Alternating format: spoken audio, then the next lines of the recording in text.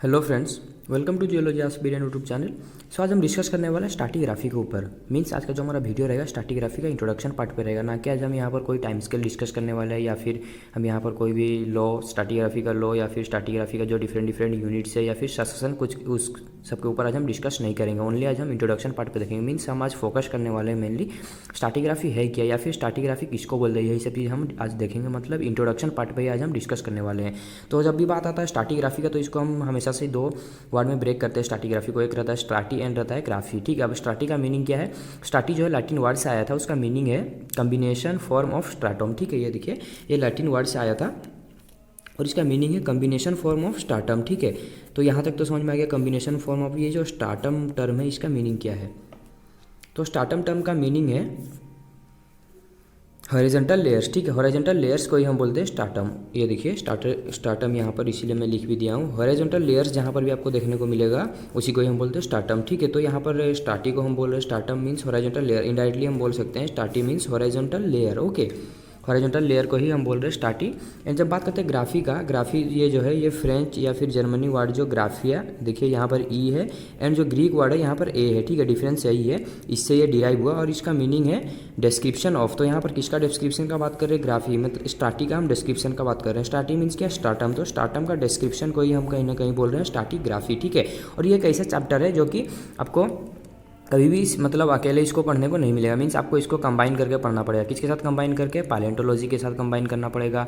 ठीक है, उसी की तरह आपको इकोनॉमिक्स जियोलॉजी में भी इसको कंबाइन करना पड़ेगा। कंबाइन क्यों करना पड़ेगा? क्योंकि हम यहाँ पर बात करें रॉक बेड्स का, मीन्स मतलब हॉरिजॉन्टल लेयर्स का। हॉरिजॉन्टल लेयर किसको बोलेंगे? हॉरिजॉन्टल रॉक बेड्स को। और मतलब हॉरिजॉन्टल रॉक बेड्स को ही बोला जा रहा है स्ट्रैटम, जो कि लैटिन वर्ड से डिराइव होता है, उसको ही हम बोल रहे हैं स्ट्रैटी। ठीक है, तो यहाँ पर हॉरिजॉन्टल रॉक बेड का जब बात करते हैं, जैसे कोई भी हॉरिजॉन्टल रॉक बेड है हमारे पास, तो यहाँ पर मतलब जब हम बात करते हैं पैलेंटोलॉजी के साथ इसको किस तरह कोरिलेट करेंगे, तो जब भी रॉक बेड के अंदर आपको यहाँ पर कुछ फॉसिल्स मिलेंगे। ठीक है, फॉसिल जैसे हम अभी बोलते हैं डायनासोर पास्ट में था। ठीक है, जुरासिक के टाइम पे डायनासोर यहाँ अर्थ में रिवॉल्व कर रहा था, बट जुरासिक के टाइम में थोड़ी ना मतलब ह्यूमन बींग तो तब तक नहीं क्रिएट हुए थे, या फिर ह्यूमन बींग तो जुरासिक के टाइम पे नहीं थे, बट उसको हम जानेंगे कैसे?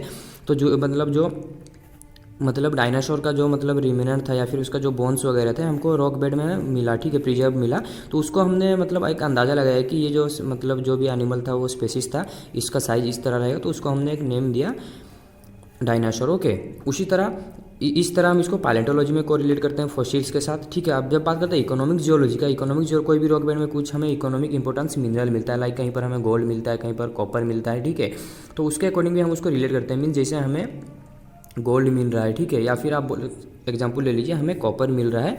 ठीक है, कॉपर का अगर मैं एग्जांपल दूँ, राजस्थान का खेतरी बेल्ट में आपको कॉपर देखने को मिलता है। ठीक है, तो राजस्थान का खेतरी बेल्ट में जो कॉपर मिला तो वहाँ वो तो ठीक है, बट उसका एज क्या था? उसका एज जो था कहीं ना कहीं आपका आर्कियन का एज था। ठीक है, तो जब बात करते हैं आर्कियन एज का, तो आर्कियन एज का जो भी रॉक है आप वहाँ पर भी और फाइंड आउट करिएगा, तो आपको क्या कॉपर मिलने का चांसेस है। ठीक है, तो इसी से ही पता चलता है, मतलब इसी टाइप में हम इसको कोरिलेट करते हैं, किस तरह पैलेंटोलॉजी में कोरिलेट करते हैं और किस तरह हम इसको इकोनॉमिक में भी कोरिलेट करते हैं। ये चीज़ आपको मैंने बता दिया। तो स्ट्रैटिग्राफी है क्या? मतलब स्ट्राटा का मीन्स रॉक बेड का स्टडी को ही हम बोले स्ट्रैटिग्राफी। यहाँ पर हमने वर्ड को ब्रेक भी किया, स्ट्राटी मीन्स स्ट्राटम मीन्स स्ट्राटा। ठीक है, हॉरिजॉन्टल लेयर को ही हम बोल रहे हैं स्ट्राटा मीन्स, और graphy means description horizontal layer का या फिर रॉक बेड का डिस्क्रिप्शन को ही कहीं ना कहीं हम बोल रहे हैं स्ट्रैटिग्राफी। ठीक है, यहाँ तक तो क्लियर है।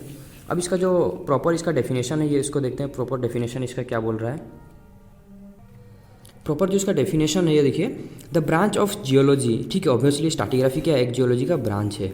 ठीक है, concern with the order and relative order, ये देखिए concern with the order and relative position of strata. ठीक है, ये किसके साथ डील कर रहा है? देखिए पहली बात तो ये जियोलॉजी का एक ब्रांच है, कौन? स्ट्रैटिग्राफी। ठीक है, अभी इस डील किसके साथ कर रहा है? Order and relative position of strata. Strata को ही हम रॉक बेड बोल रहे हैं, उसी को ही हम बोल रहे हैं हॉरिजॉन्टल लेयर, उसी को ही हम बोल रहे हैं स्ट्रैटम। ओके, तो यहाँ ये किसके साथ डील कर रहा है? रॉक बेड के साथ। ठीक है, यहाँ पर मैं लिख दे रहा हूँ स्ट्रैटिग्राफी जो है रॉक बेड के साथ डील कर रहा है, किसके साथ? ऑर्डर के साथ